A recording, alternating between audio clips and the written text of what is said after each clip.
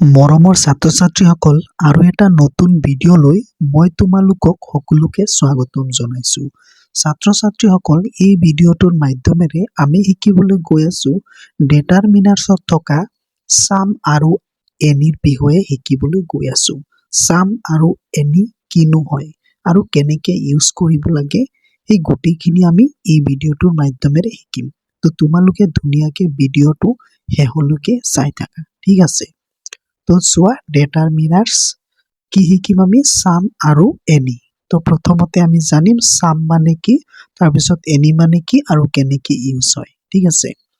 তো চোৱা, 1 number question মই লিখি লৈছো, সাম বুলিলে কি বুজা?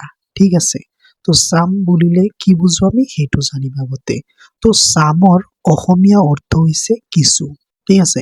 সাম অসমীয়াত অৰ্থটো কি হৈছে? কিছু। সাম অনিৰ্দিষ্ট সংখ্যা বা পৰিমাণ বুজাবলৈ ব্যৱহাৰ কৰা হয়, ঠিক আছে? তো আমি সাম ক'ত ব্যৱহাৰ কৰিম? যিটো অনিৰ্দিষ্ট সংখ্যা, কোনো নিৰ্দিষ্ট সংখ্যা নহয়, আৰু পৰিমাণ বা পৰিমাণ আছে, পৰিমাণ যিটো অগণন, গণিব নোৱাৰি, পৰিমাণ বুজাবলৈ ব্যৱহাৰ কৰা হয়। সাম কাউণ্টেবল আৰু আনকাউণ্টেবল দুয়োবিধ নাউনৰ আগত ব্যৱহাৰ কৰা হয়।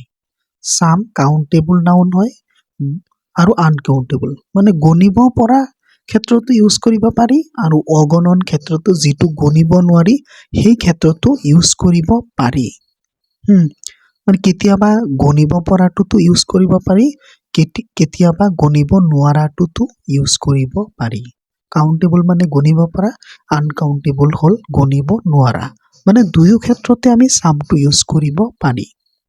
তো সামৰ অসমীয়া অৰ্থ হৈছে কিছু, আৰু সাম অনিৰ্দিষ্ট সংখ্যা আৰু পৰিমাণ বুজাবলৈ ব্যৱহাৰ কৰা হয়, আৰু কাউণ্টেবল আৰু আনকাউণ্টেবল দুইবিধ নাউনৰ ক্ষেত্ৰত ব্যৱহাৰ কৰা হয়।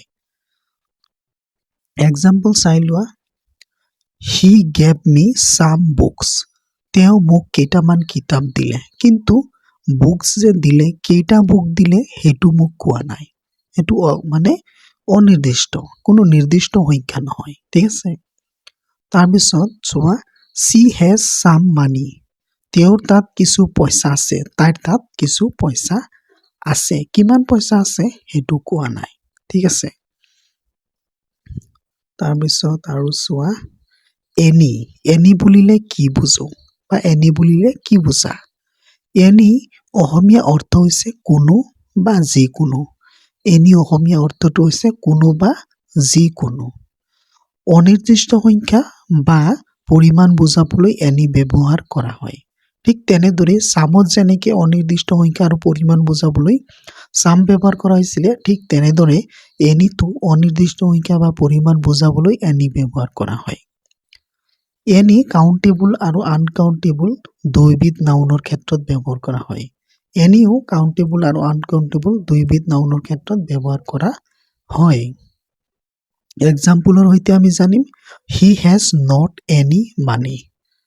He has not any money, তেওঁৰ তাত কোনো পইচা নাই, তেওঁৰ তাত পইচা নাই কোনো। I do not want any pencil, মোৰ কোনো পেঞ্চিল নালাগে। I do not want any pencil, মোৰ কোনো পেঞ্চিল নালাগে। তাৰপিছত এতিয়া আমি সঠিক ব্যৱহাৰটো জানিব লাগিব নহয়। সাম আৰু এনিৰ ব্যৱহাৰ লিখা। সাম আৰু এনি সঠিক, মানে এতিয়া চোৱা, দুয়োটাতে অনিৰ্দিষ্ট সংখ্যা বা পৰিমাণ বুজাবলৈ ব্যৱহাৰ কৰা হয়।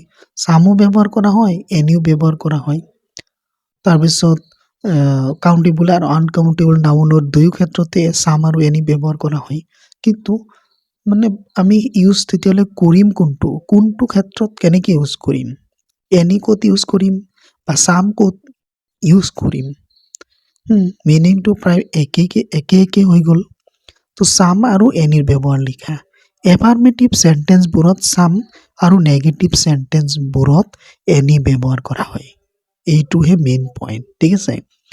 এফাৰ্মেটিভ চেণ্টেন্স যিবিলাক মানে হয়বোধক বাক্য হয়, সেইবিলাকতহে আমি সাম ইউজ কৰিম, আৰু যিবিলাক নহয়বোধক, নেগেটিভ আৰু প্ৰশ্নবোধক, নেগেটিভ আৰু প্ৰশ্ন নহয়বোধক বাক্য আৰু প্ৰশ্নবোধক বাক্যৰ ক্ষেত্ৰতে অকল আমি এনি ব্যৱহাৰ কৰোঁ বা কৰা হয় যেনে he gave me some books he gave me some books তেওঁ মোক কেইটামান কিতাপ দিলে কেইটা কিতাপ দিলে সেইটো কোৱা নাই এইটো চোৱা এফাৰ্মেটিভ বাক্য সেইকাৰণে ইয়াত সাম ইউজ হৈছে ইয়াত নট আছে জানো নাই প্ৰশ্নবোধক চিন আছে নাই এইটো হ'ল এফাৰ্মেটিভ বাক্য সেইকাৰণে ইয়াত সাম ইউজ হৈছে পিছত 2 নম্বৰটো চোৱা do you have any books তোমাৰ তাত কোনো কিতাপ আছে নে এইটো চোৱা এইটো প্ৰশ্নবোধক বাক্য ইন্টাৰোগেটিভ সেন্টেন্স হয় সেইকাৰণে ইয়াত এনি ইউজ কৰা হৈছে আৰু নেগেটিভ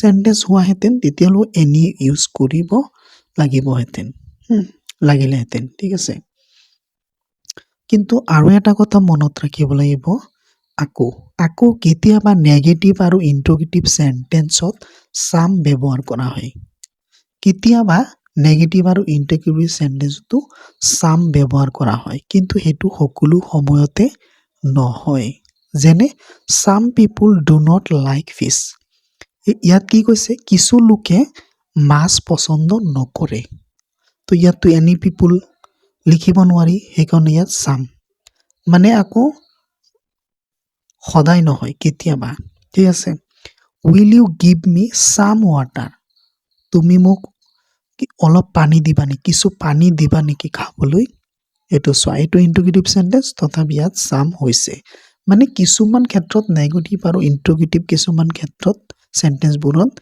মানে তোমাৰ এনিৰ পৰিৱৰ্তে some হয় ঠিক আছে এটো সদায় নহয় তো মোক লাগিছে এই ভিডিওটোৰ পৰা তোমালোকে ধুনীয়াকৈ শিকিব পাৰিছা some আৰু এনি প্ৰপাৰলি কেনেকৈ ইউজ কৰিব লাগে তো এনেকুৱা ধৰণৰ ভিডিও চাই থাকিবলৈ তোমালোকে এই চেনেলটো সাবস্ক্ৰাইব কৰি ৰাখা ধন্যবাদ